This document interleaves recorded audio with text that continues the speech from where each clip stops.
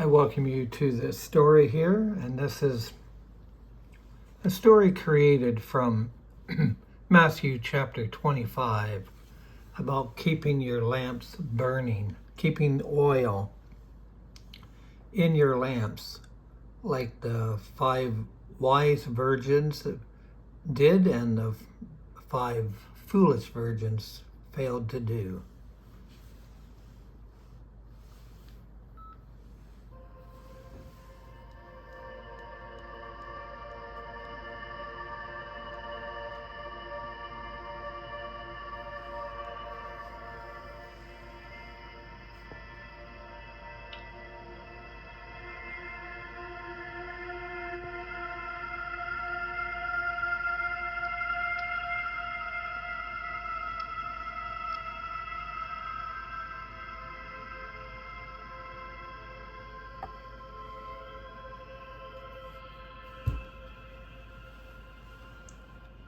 Okay, the sun had already begun its slow descent over the hills of Galilee, casting long shadows across the narrow streets of the small village.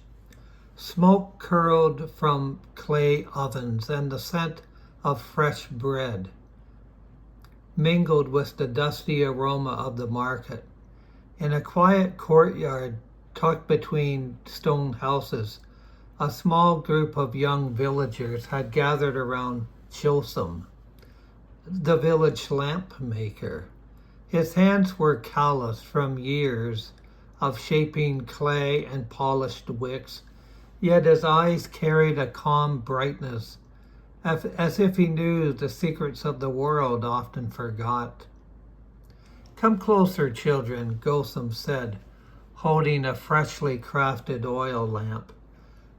The soft light of the setting sun glinted off the smooth surface. "Tonight I want to show you something important, not just about lamps, but about life itself." The children crowded near, curious. Among them were Zipporah, a thoughtful girl who loved listening to stories, and Tobias, a mischievous boy who often asked questions no one else ever dared. Jotham filled the lamp with golden oil, the thick liquid shimmering in the dying sunlight. He struck a small match and lit the wick. Immediately a warm glow spread across the courtyard, flickering gently in the evening breeze. "See the light?" Jotham asked. "It's small, yet it can pierce the darkness. But a lamp is only useful if it's cared for. If you neglect the oil, if the wick is dry or broken, the flame will fail when you need it most." Zipporah tilted her head. "Are you saying that life is like this lamp, Jotham?" Jotham nodded. "Yes, Zipporah. You and I and everyone who follows God carry lamps too, spiritual lamps. Faith, obedience, love, and diligence are the oil that keeps our lamps burning.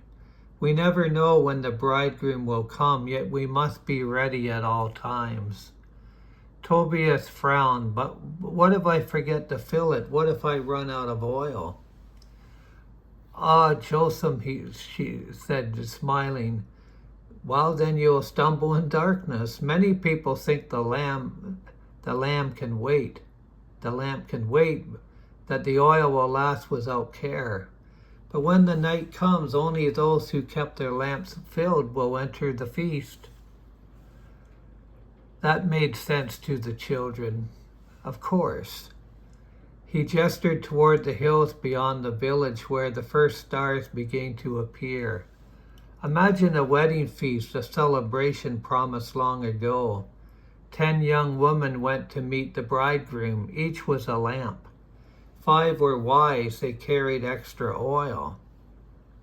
5 were foolish, they did not prepare. When the cry came, the bridegroom, it was said, the bridegroom is here. Only those who kept their lamps filled entered. The others were left outside." The children listened intently. Tobias' eyes widened. But they could have borrowed oil from the wise ones. Jotham shook his head slowly. Faith, like a lamp, is personal. One cannot borrow true readiness from another. We must tend our own hearts, nourish our own spirits, help others, yes, but do not neglect your own preparation. He knelt to adjust a wick on the second lamp. Care for your lamp daily. Pray and obey, love your neighbor, seek wisdom. Keep watch, for we do not know the hour the Master will come. A lamp neglected can be repaired, but it may not shine brightly enough if ignored too long. The Porah reached out, touching the warm clay of the lamp. I want my lamp to shine, Jotham. How do I keep it full?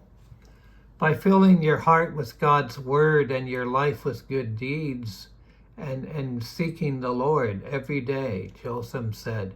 Each kind act, each moment of patience, each prayer, it is oil. It keeps the flame alive. And remember, even in the darkest nights, one lamp can guide many others safely. As twilight deepened, the children began to leave, taking lamps Jotham had prepared for them. Their faces glowed in the soft firelight, small beacons themselves as they walked home along the winding paths of the village. Jotham stayed behind, tending his own lamp. The stars above blinked awake, and the first crickets began their chorus.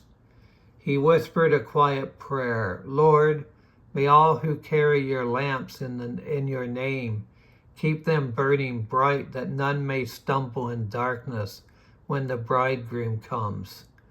And in the stillness of the courtyard, a warm golden flame flickered steadily, a symbol of readiness and vigilance and faith in a world that often forgot the coming of night.